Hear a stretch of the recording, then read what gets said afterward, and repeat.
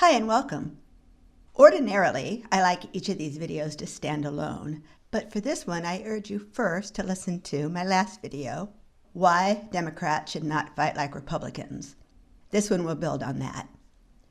There's a school of thought out there on social media that says that Republicans keep breaking laws because there have not been enough consequences or accountability. I've pushed for definitions of these words, and I've learned that they tend to mean criminal punishment. This person said, there can be no closure to the Trump era and no neutralization of the danger to democracy he represents until he is indicted. Now, indictment is only the first step, though. Conviction happens after a trial. But people want an indictment right now.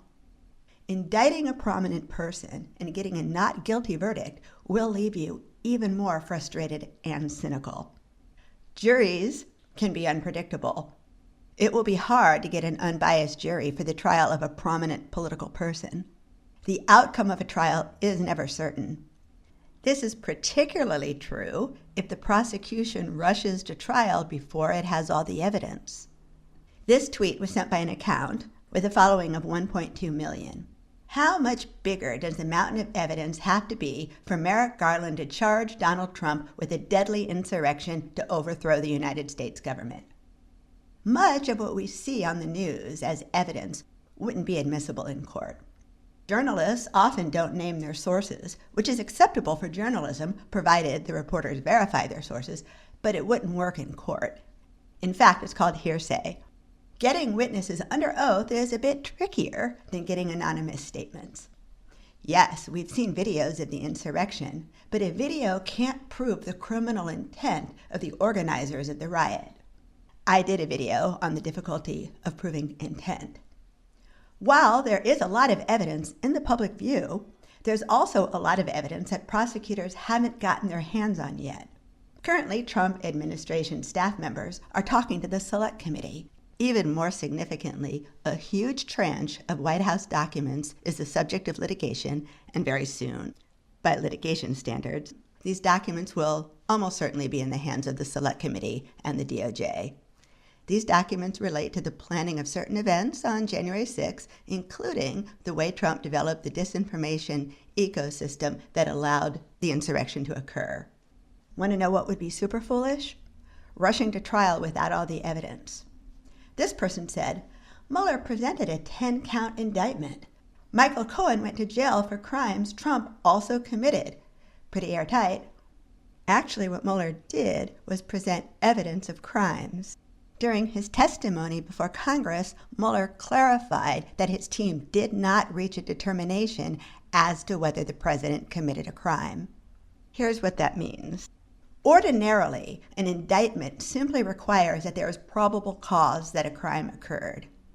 Conviction, on the other hand, requires proof beyond a reasonable doubt, a much higher standard.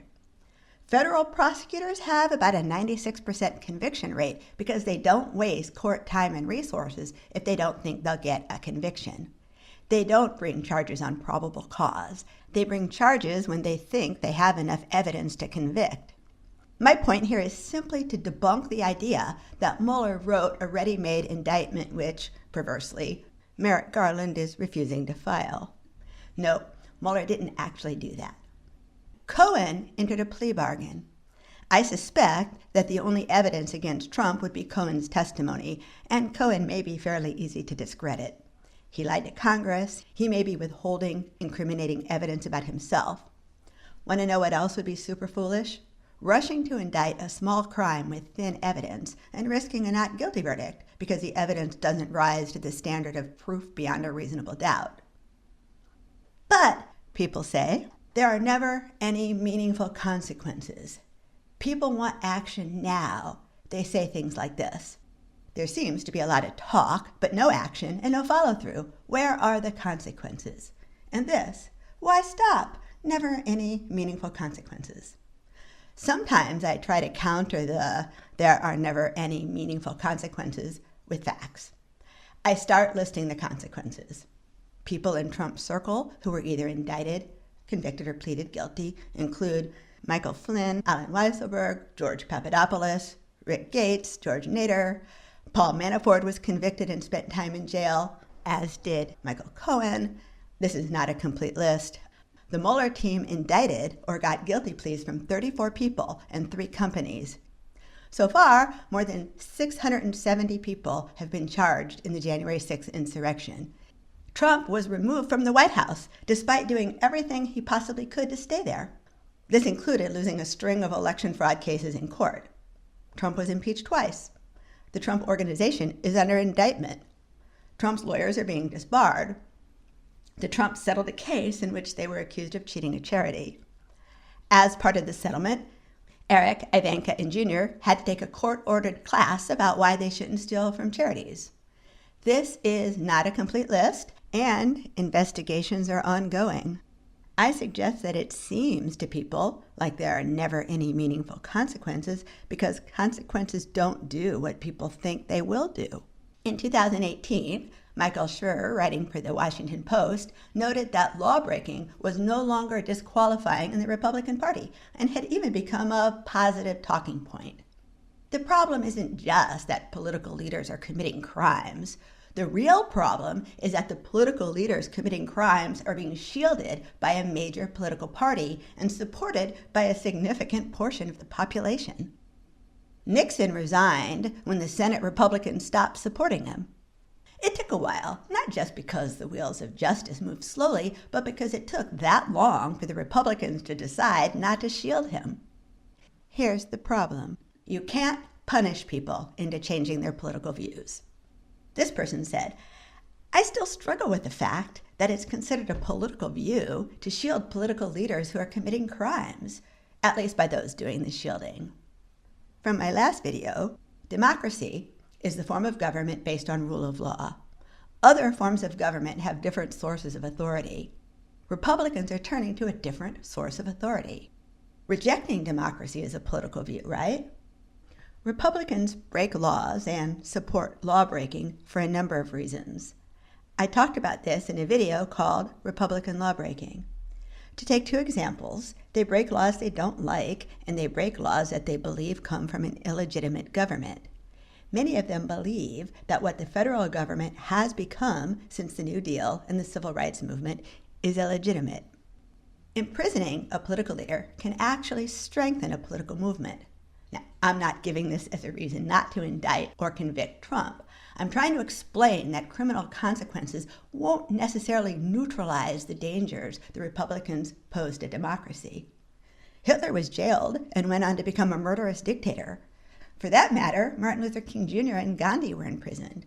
Do you lose respect for Martin Luther King Jr. because he was in jail? Of course not. Punishing Trump is unlikely to crater his support. It might increase his support from even more dangerous quarters. This is an interesting Washington Post article about Trump's new media company. Yes, the one that crashed within a few hours of going live. But it seems to be making money right now. What's happening is that Trump's new brand, insurrection loving, is attracting new investors. The company has ties to Bolsonaro. Its chief financial officer claims to be a member of the defunct Brazilian royal family and a member of the Brazilian Congress from the party of hard-right President Bolsonaro. In other words, major convictions might actually enhance Trump's prestige with those who would like to overturn the United States government. We don't know who is buying the stock in his company. There may be foreign investors, bad actors who want to see a right-wing, radicalized American media ecosystem, or who just want to pump money to Trump. Trump is again lending his name and reputation to a business model that may see his politics as a plus, not a minus. In other words, the more trouble Trump gets into legally, the more appeal he may have in certain even more dangerous circles. Next point.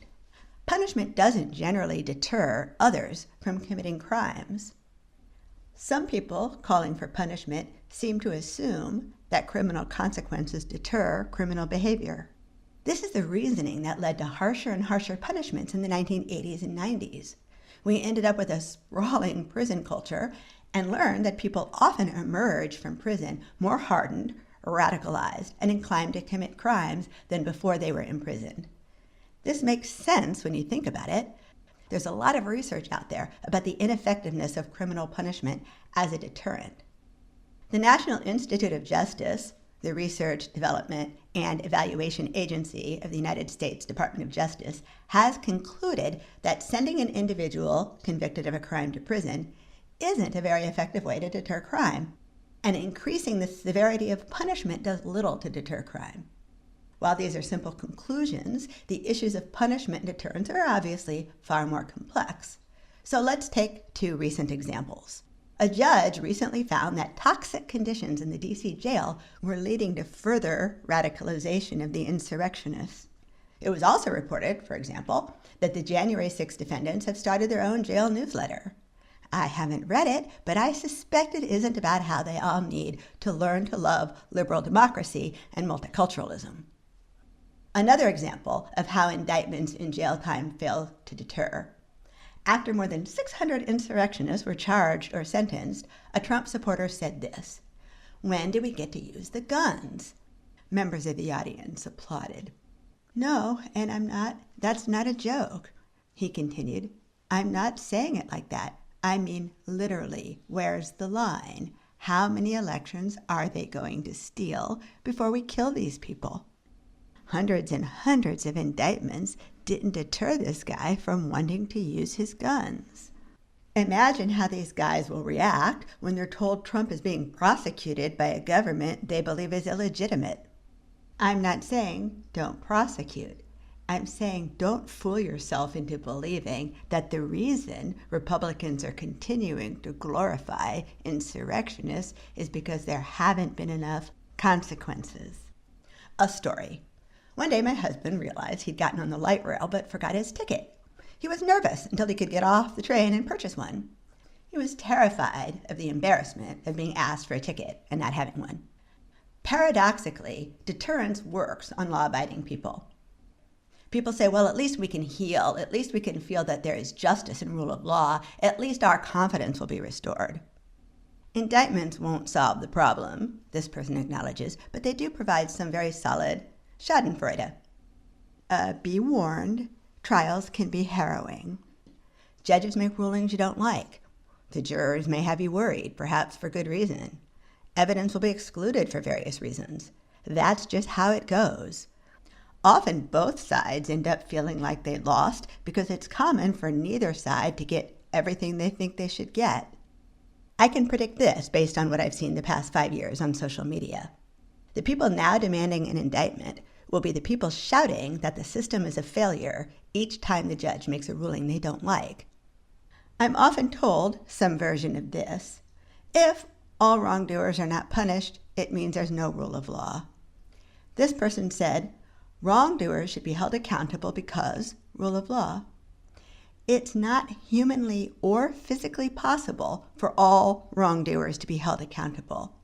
Even the most efficient police state would not be capable of collecting evidence of every crime committed, and trust me, you would not want to live under a government that tried. Rule of law is the authority underlying democracy. In fact, the democratic requirement of due process often means that wrongdoers escape punishment. Are we supposed to just be patient? I'm commonly asked this on Twitter. This person said, meanwhile, they're shredding our democracy, but let's be patient. I am not asking anyone to be patient. If you want to save democracy, get busy. The "are we supposed to be patient" question generally comes from thinking that we're helpless or entitled to sit back and wait for someone else or something else to save democracy. The idea is often that prominent Democrats could put an end to the threat posed by Trump and the radicalized right wing if they would just do it already. This person said, I'm sick of people who tell us to be patient and go knock on doors in another state while the country crumbles to the ground. I don't know what bubble you are living in that believes we still have time to wait and wait and wait. At this point, it's completely ludicrous. It's possible that person is implying that we should use non-democratic means because democratic means are too slow. If so, please see my last video on why Democrats should not act like Republicans. And actually, talking to people is how Stacey Abrams is flipping Georgia blue and gave us 2 more Democratic senators. I'd say her model is pretty effective. She has made herself part of the solution. Democracy needs you, and it needs true friends, not fair-weather friends. People say things like this: faith will be restored when indictments and arrests start happening to politicians involved in January 6th. Only then will I have more faith. It seems to me that, if X doesn't happen, I will lose faith, comes from the idea that the citizens of a democracy sit back and make demands and expect other people to deliver. No, democracy means rule by the people. That's us. If you need ideas for how you can contribute, see my list of things to do. It's a tab on my website. Just to be clear, I'm not saying that Trump and other major political figures should not be charged and convicted. I'm saying that it probably won't be the magic bullet people think it will be, and that rushing to trial before prosecutors have all the evidence may not be the smartest strategy.